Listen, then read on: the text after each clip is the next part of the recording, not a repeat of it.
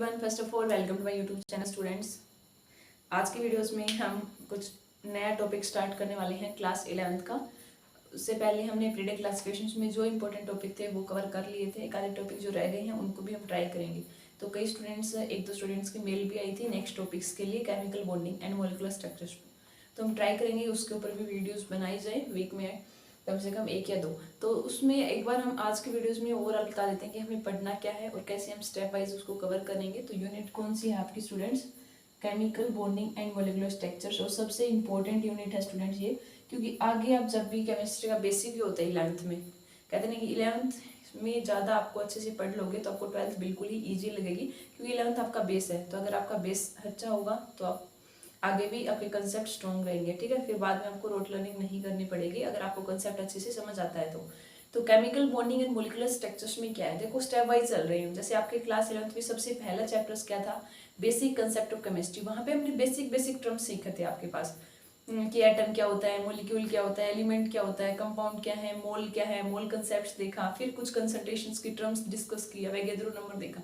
जो basic terms थी वो टर्मिनोलॉजी हमने डिस्कस की। फिर आपको पता चल गया कि एटम क्या है। इनके बाद सेकंड चैप्टर आया आपका स्ट्रक्चर ऑफ एटम। फिर हमने जानना शुरू किया कि एटम के अंदर क्या होता है। पहले आपने ओवरऑल मैटर को क्लासिफाई किया था, मैटर के हमने टाइप्स किए थे। फिर उसकी क्लासिफिकेशंस में हमने देखा कि एटम्स क्या है। फिर एटम के अंदर हम गए, न्यूक्लियस होता है। न्यूक्लियस के अंदर हम गए कि प्रोटॉन इलेक्ट्रॉन रिवॉल्व करते रहते हैं, उनके बारे में सीखा। अलग अलग साइंटिस्ट आए, उन्होंने अपने अपने थ्योरीज दिए, मॉडल दिए। हमने थॉमसन मॉडल, रदरफोर्ड आया आपके पास। हर एक की इलेक्ट्रॉन की अलग डिस्कवरी हुई, प्रोटॉन, न्यूट्रॉन्स, ये थिंग्स देखी। इलेक्ट्रोमैग्नेटिक रेडिएशंस क्या होती हैं, ब्लैक बॉडी रेडिएशंस की कौन सी से आपको पता चला कि लाइट का पार्टिकल नेचर है, वेव नेचर, ये ऑल थिंग्स हम डिस्कस कर चुके हैं। फिर स्टूडेंट्स हमने क्या किया, बाद में आपको एलिमेंट्स की नॉलेज होगी। फिर यूनिट 3 में पहुंचे।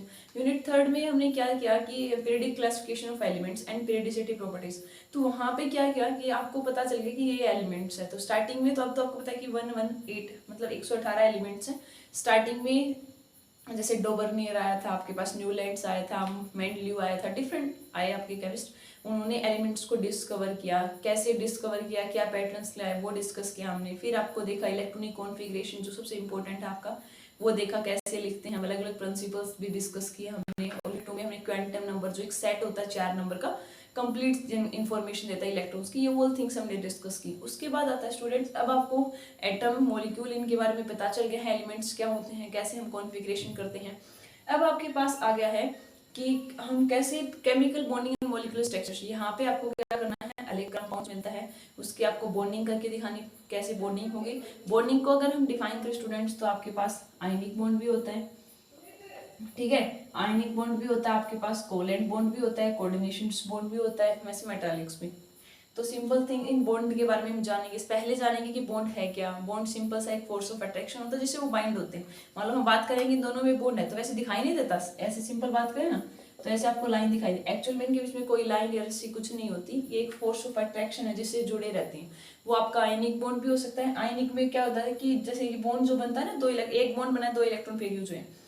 आयनिक में ए है ना, वो सारे इलेक्ट्रॉन अपने बी को दे देगा, कंप्लीट ट्रांसफर कर देता है इलेक्ट्रॉन, उसको हम आयनिक। और कोवलेंट में क्या होता है कि जब ये कोई भी बॉन्ड बन रहा है वो इक्वल शेयरिंग से बन रहा है, ठीक है, उसको बोलते हैं कोवलेंट बॉन्ड। जैसे ऐसे समझ लो कि आपके पास, इसके पास मान लो कि 5 रुपए थे और इसको ना, इसके पास कुछ नहीं थे, इसको जरूर थे, तो इसके पास ऑलरेडी बहुत सारे थे तो इसने 5 रुपए इसको दे दिए, बॉन्ड बन गए, कंप्लीट ट्रांसफर कर दिया इसने अपने, इसने कुछ, तो उसको तो हमने बोल दिया आयनिक। अब मान लो कि दोनों के पास 5 इसके पास थे, 5 इसके पास थे, इनको 10 को कुछ चीज लानी थी, कोई भी थिंग्स मान लो, तो 5 दोनों ने शेयर करके एक ले ली। जैसे मान लो कि पेन ही खरीद लिया, वो उसको जरूरत है तो वो यूज कर रहा है, उसको है तो ये बराबर की शेयरिंग हुई 5, तो उसको हमने क्या बोलते हैं, कोवलेंट।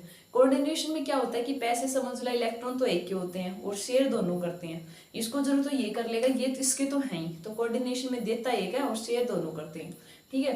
तो वैसे आपके क्लास 12th में कोऑर्डिनेशन केमिस्ट्री में भी आता है, कोऑर्डिनेट बॉन्ड, मेटल कॉम्प्लेक्स के अलग अलग थिंग्स को, इसके बारे में हम जानेंगे। फिर उसके बाद आपको लेविस स्ट्रक्चर्स देखेंगे कि हम कैसे लेविस स्ट्रक्चर्स की फॉर्मेशन करेंगे, वो देखनी है। इलेक्ट्रोवैलेंसी क्या होती है आपके पास, ठीक है। फिर हम इसी में फैक्टरिंग देखेंगे, मान लो आयनिक बॉन्ड बन रहा है तो कौन से फैक्टर्स इफेक्ट करेगा, आयोनाइजेशन एनर्जी देखेंगे, electron gain enthalpy, lattice energy, ये थिंग्स। फिर आपको प्रॉपर्टीज पढ़नी है ऐसे आयनिक की, कोवलेंट की और कोऑर्डिनेशंस की, ये सारी टर्म्स को डिस्कस करेंगे।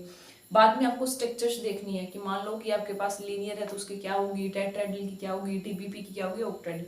तो ये सारी स्ट्रक्चर्स, फिर हमें हाइब्रिडाइजेशन कैलकुलेट करनी है, बॉन्ड ऑर्डर कैलकुलेट करना है, तो काफ़ी सारी थिंग्स हैं इसमें, काफ़ी इंपॉर्टेंट रहने वाली है। तो हम ट्राई करेंगे कि आपके पास वीक में 1 या 2 वीडियोस डाल जाएं। तो स्टार्टिंग से इसका अगर ज़्यादा स्टूडेंट्स होंगे तभी हम इसको क्लास 11th की ये जो सीरीज़ है इसको स्टार्ट करने वाले हैं। ठीक है स्टूडेंट्स, और कई स्टूडेंट्स बोल रहे थे क्लास 8th के लिए और 9th के लिए भी। तो 9th के तो हमारे ऑलरेडी चल रहे हैं, हमने अभी तक 2 चैप्टर्स कंप्लीट कर लिए हैं हमारे चैनल्स के ऊपर, दोनों यूनिट केमिस्ट्री की, मैटर इन सराउंडिंग और is matter around us pure, वो वाला। और ट्राई करेंगे कि हम क्लास 8th का भी टाइम निकाल कर एक वीडियोज़ बनाई जाएँ। थैंक यू स्टूडेंट्स, तो सीखते रहिए आप और हैप्पी लर्निंग।